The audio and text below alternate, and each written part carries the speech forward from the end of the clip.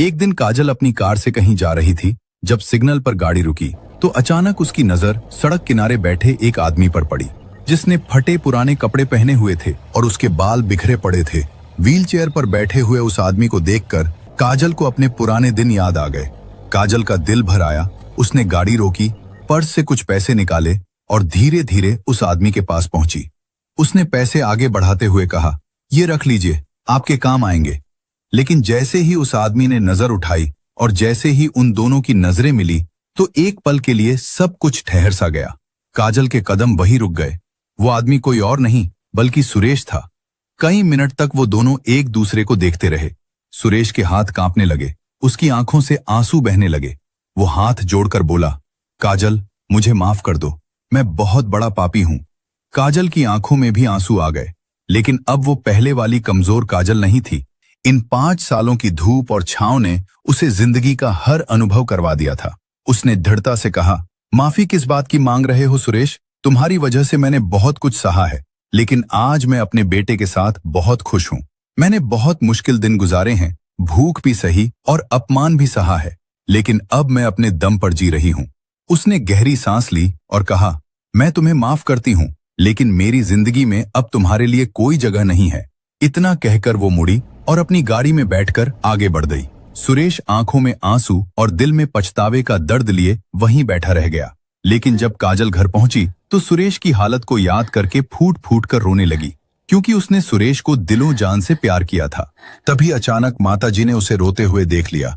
उन्होंने पास आकर काजल को गले लगाया। बेटी, क्या बात, क्यों रो रही हो? काजल ने उन्हें सारी बात बताई। बुजुर्ग औरत ने कुछ सोचते हुए कहा, बेटी, मैं तुम्हारी जिंदगी में दखल तो नहीं देना चाहती, लेकिन मेरी एक सलाह है। जो उसने तेरे साथ किया था, आज तू भी तो वही कर रही है, क्योंकि मेरा दिल कहता है उसे अपनी हर गलती का एहसास हो गया होगा और भगवान ने उसे उसके किए की सजा भी दे दी है। मेरी मानो तो उसे घर ले आओ। उसके घर में होने से एक तो तुम्हारे चरित्र पर कोई उंगली नहीं उठाएगा और दूसरा तुम्हारे बेटे को बाप का नाम और प्यार मिल जाएगा। उन्होंने कहा, बेटी, ये वक्त रोने का नहीं बल्कि होश से काम लेने का है। इससे पहले कि तुम्हें देर हो जाए और सुरेश तुम्हें फिर कभी न मिले, तुम जल्दी से जाओ और उसे लेकर आओ। काजल तेजी से कार चलाते हुए उसी सिग्नल पर पहुंची, लेकिन सुरेश वहां नहीं था। उसने वहां खड़े रेडी वालों से पूछा तो एक ने बताया, मैडम, वो अभी अभी इधर गया है। काजल ने कार उस तरफ दौड़ाई। थोड़ी दूर चलने पर उसे सुरेश दिखाई दिया। उसने गाड़ी उसके पास रोकी।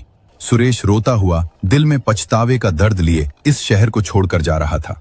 काजल ने उसे रोककर कहा, सुरेश, मेरे साथ घर चलो। हमारा बेटा बड़ा हो गया है। वो हर दिन मुझसे पूछता है, मम्मी, सबके पापा हैं, लेकिन मेरे पापा क्यों नहीं हैं?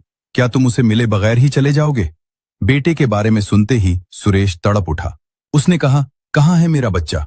काजल ने उसे संभालते हुए कहा, वो घर पर है और तुम्हारा इंतजार कर रहा है। इसके बाद काजल ने उसे सहारा देकर कार में बिठाया और उसे अपने घर ले आई। उस घर को देखकर सुरेश हैरान रह गया। पहले वो नहाया, काजल ने उसे नए कपड़े लाकर दिए और जब वो अपने बेटे से मिला, जब उसने अपने बेटे को देखा तो दहाड़े मारकर रोने लगा। उसने बेटे को सीने से लगा लिया। ये मंजर देखकर बुजुर्ग औरत और काजल भी रोने लगी। सुरेश अब उनके साथ ही रहता था, लेकिन काजल के दिल से वो पुरानी यादें कभी न मिट सकी। धीरे धीरे समय बीतता गया। काजल ने अमेरिका में सुरेश की टांग की सर्जरी करवाई और वो बिल्कुल ठीक हो गया। अब वो काजल के साथ काम में हाथ बटाता और रॉबिन को डेली स्कूल छोड़ने जाता। जो परिवार एक लड़की के कारण टूटकर बिखर गया था, अब वो परिवार फिर से एक हो गया था और अब हंसी खुशी जिंदगी गुजार रहा था। दोस्तों, अगर आपको कहानी पसंद आई हो और अगर इससे कोई सीख मिली हो तो इसे लाइक और शेयर करें। साथ ही हमारे चैनल को भी सब्सक्राइब कर लीजिए। मिलते हैं नेक्स्ट वीडियो में। तब तक के लिए जय हिंद।